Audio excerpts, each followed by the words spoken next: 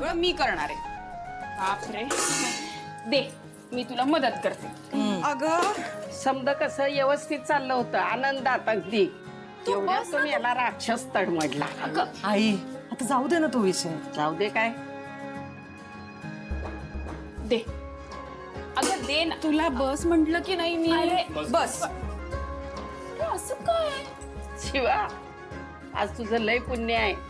तुला दिव्याच्या हातचं जेवायला मिळणार आहे. अहो काय गाजी, आता एवढं करते ना पोट.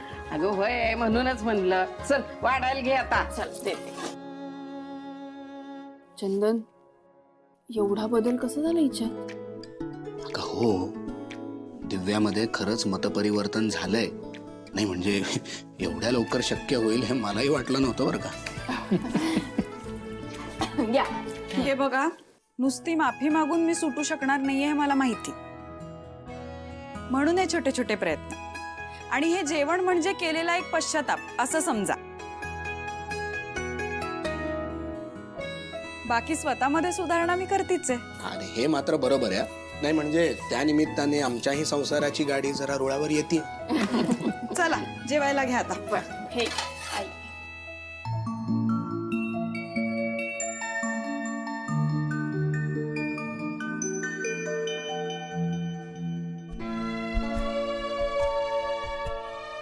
तुमचे दिव्या, हे समजा तुला एकटीला कसं काय जमलं ग?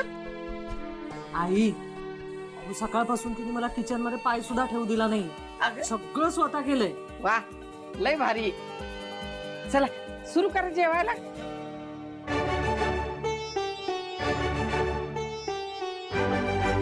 खरंच खूप कमाल झालं दिव्या. कमाल जेवण केलं ना, खूप कमाल. मी फक्त प्रयत्न केलाय. दिव्यामध्ये इतका बदल होईल हे वाटलं नव्हतं.